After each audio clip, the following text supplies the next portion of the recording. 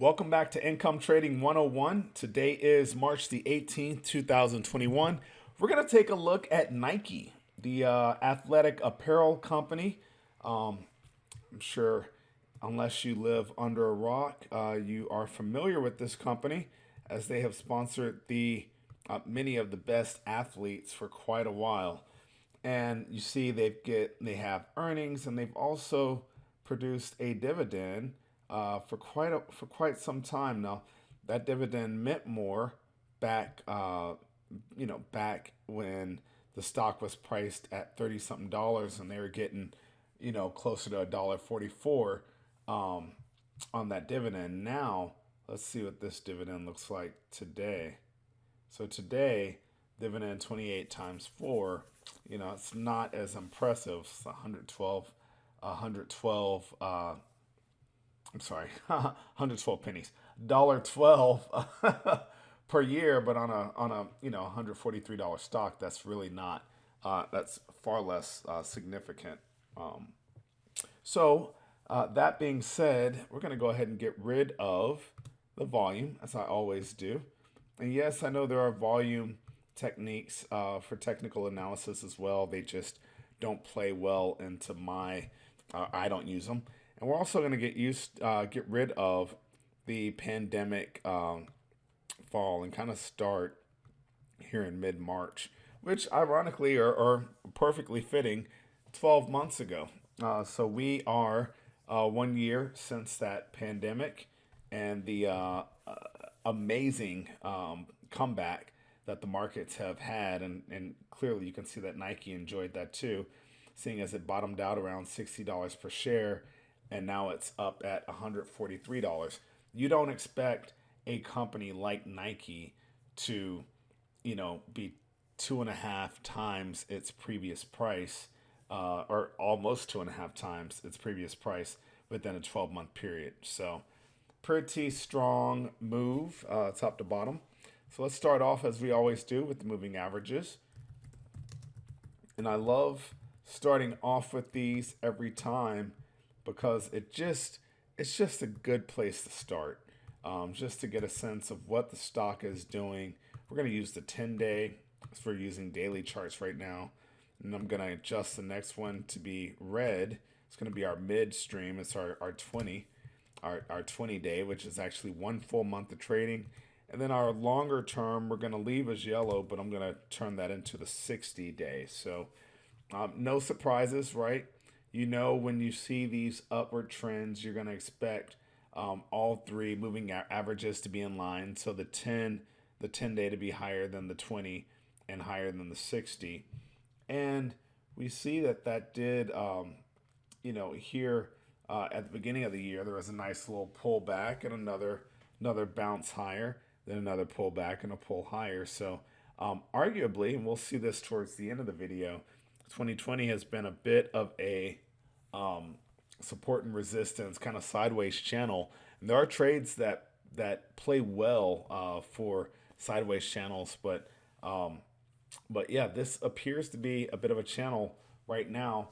And as you can see, let me expand that. You have a scenario where the 10 and the 20, like if you look in the upper left-hand corner at the actual numerical values, the 10-day moving average is $140.07.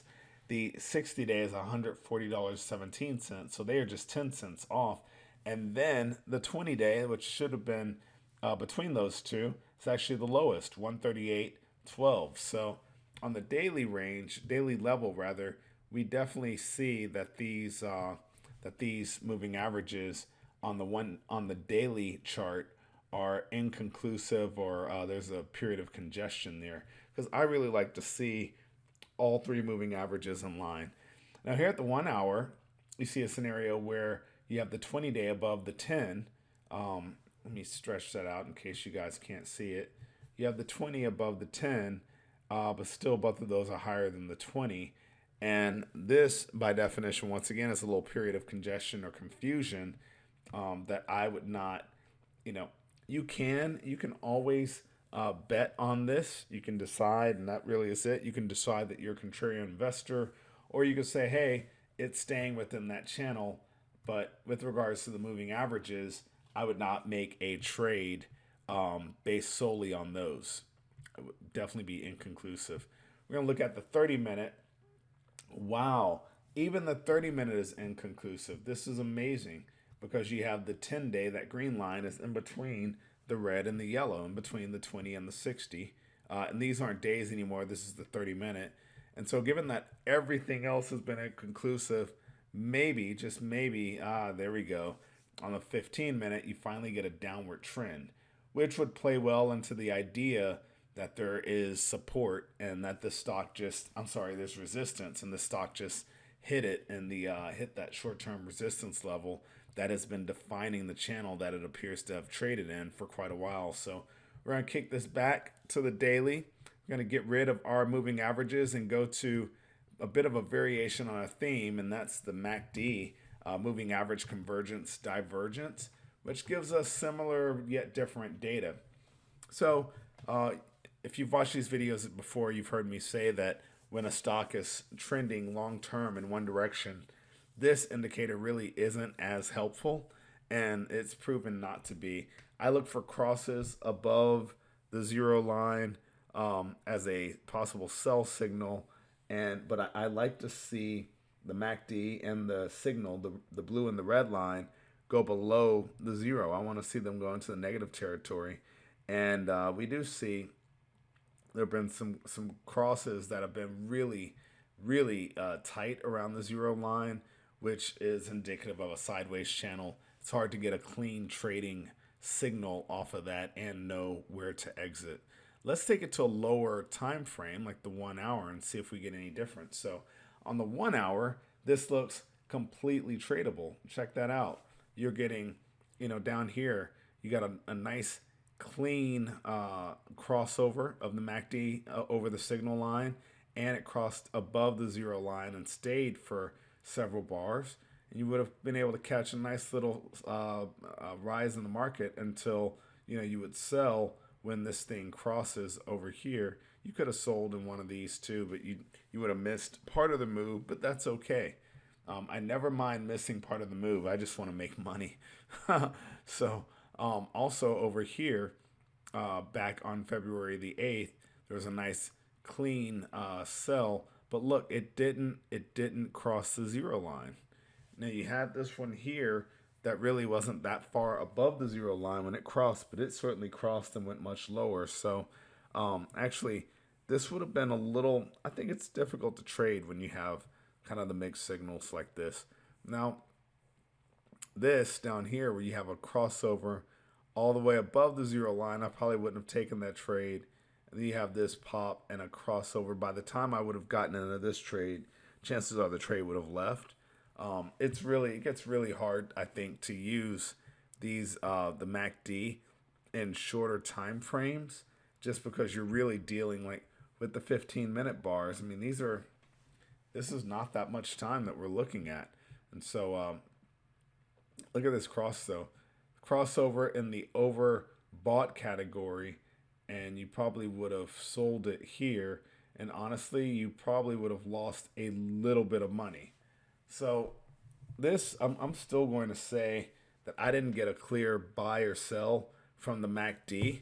The MACD appears to be kind of a mixed bag right now. I'm not super excited about, like here we had a sell signal, but it may very well be too late on the 15-minute. On the 30-minute, we had a sell signal that still appears to be crossing the zero line, the signal line, right? I'm sorry, the zero line right now. So maybe that is a sell signal there. Let's look at the 1 hour again, just to make sure. The 1 hour also showed a sell signal, but I would wait. I like to see this cross the zero line just to confirm the momentum of the move, and just to get us back to square one. The 1 day even is showing a little bit of a buy. But the others being a little more bearish, I think supports the idea that this is resistance. So let's get rid of the MACD. And I'm going to do two things. I am going to do a really quick Fibonacci analysis. from really the low all the way to the tippy top that I could find. And I'm stretching this over just to make sure that we can see it cleanly. We're going to tighten this up a little bit too. So this, wow, it's really interesting.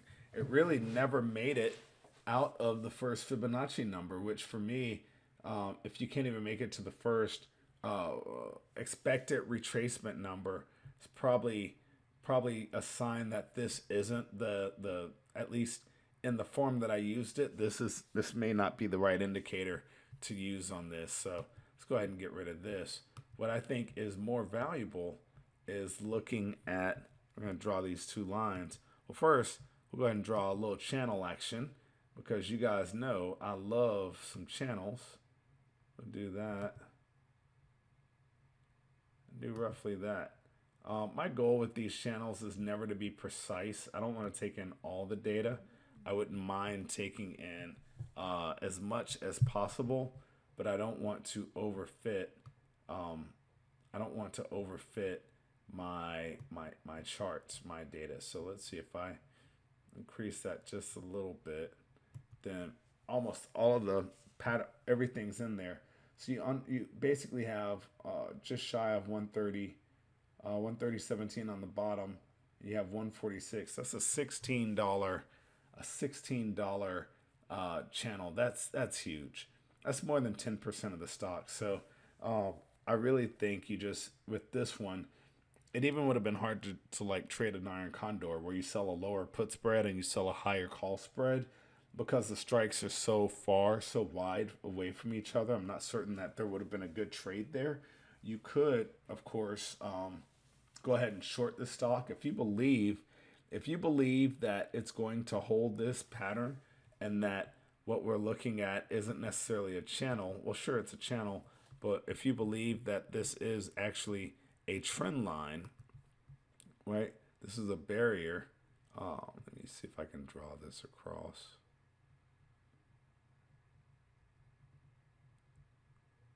Let's do a straight line. It's one of the things I like about TradingView is it does at least give me a means of tracking whether or not I'm drawing a straight line. So let's try and get this as straight as can be. There we go. And now I'm just going to stretch it over. Oh, I just unsettled it. Nah, way to go, Eric. That's good enough for government work. So we have this sort of resistance area. And I think it's important to be aware of and keep track of that resistance area because we just bounced off it. And that could mean, twice we've seen this stock go below $132. If it's going to do that now, that's $11 away from where we are right now. So it probably isn't a bad idea to short this stock. If that might be a bearish play that I would be looking to perform or execute. My problem is I've never really traded with the underlying. I've never really traded sideways patterns well. I'm better off selling an iron condor or something along those lines to, or maybe even just selling a call spread, something along those lines to just sort of allow myself to benefit on the likely next move in this stock. But it's hard for me to believe, especially given that it's had, 1, 2, 3, 4 different tops during this period, and that's not even counting the red bar over here. It's had quite a few times touching that resistance area and not breaking through it. At some point, it probably will break through it, but I don't believe that point's here yet. So I'd be leaning more bearish on Nike than positive. So, hey, that's it for tonight's video or for today's video. Thank you so much for watching. I'm going to go ahead and get this posted.